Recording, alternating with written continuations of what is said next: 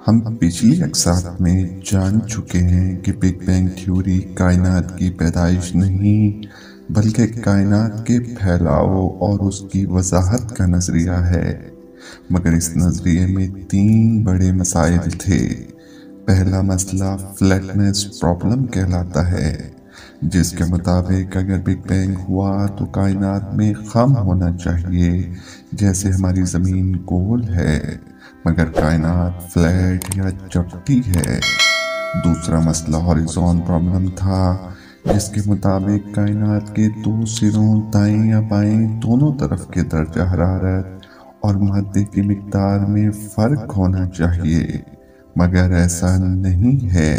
اور تیسرا مسئلہ یا قطبی مقناطیسی میدان یا میگنیٹک مونوپولز پرابلم کہلاتا ہے، یعنی کسی مقناطیس کو جتنا مرضی تقسیم کریں اس کے 2 پولز یا قطبین رہیں گے، یعنی نارتھ پول اور ساؤتھ پول، مگر کائنات میں یہ موجود نہیں۔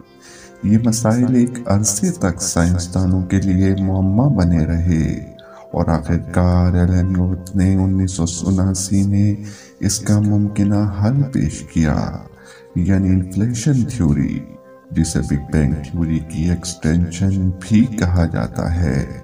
یہ کائنات کے یکدم پھیلاؤ کا نظریہ ہے، جس کے بارے میں ہم اگلی اقساط میں جانیں گے، مگر ہمارے موجودہ سائنسی ماڈلز بگ بینگ کے بعد ایک خاص وقت تک ہمیں ابھی تک بتانے سے قاصر ہیں کہ وہاں کیا تھا اور کیسے تھا۔ اس دورانیے کو پلانک انٹرویل کہا جاتا ہے۔ پلانک انٹرویل کتنا مختصر وقت ہے، اسے سمجھنے کے لیے ہمیں پلانک سکیل سمجھنا پڑے گا۔ کوانٹم لیول پر لمبائی کی سب سے چھوٹی اکائی پلانک لینتھ کہلاتی ہے، یعنی اگر 2 نقاط ایک پلانک لینتھ کے فاصلے پر ہیں تو ان کے درمیان کوئی سپیس نہیں۔ یہ فاصلہ ایٹم کے مرکز سے بھی کھربوں گنا چھوٹا ہے، جسے اس طرح بیان کیا جاتا ہے۔ اسی طریقے سے پلانک ٹائم وہ وقت ہے جو روشنی کا ذرہ یعنی فوٹون خلا میں ایک پلانک لینتھ عبور کرنے میں صرف کرتا ہے۔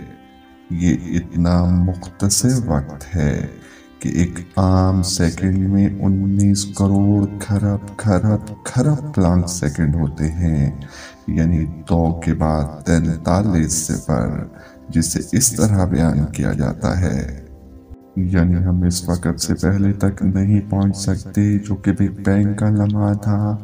انفلیشن تھیوری پلانک انٹرویل کے بعد کی وضاحت کرتی ہے، جس کی تفصیل اور بگ بینگ نظریے کے مسائل کا حل ہم اگلی قسط میں جانیں گے۔